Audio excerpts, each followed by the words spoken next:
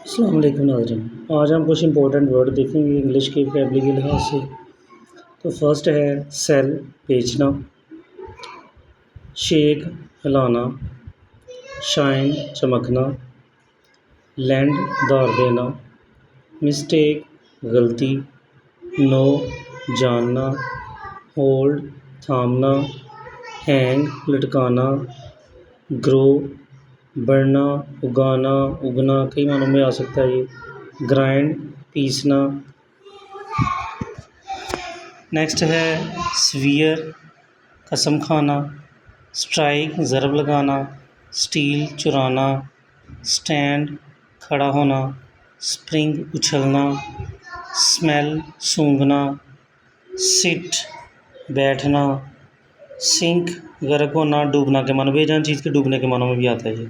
Shrink, सिकुड़ना। Speak, बोलना। हमारी वीडियो को लाइक करें, शेयर करें, सब्सक्राइब करें और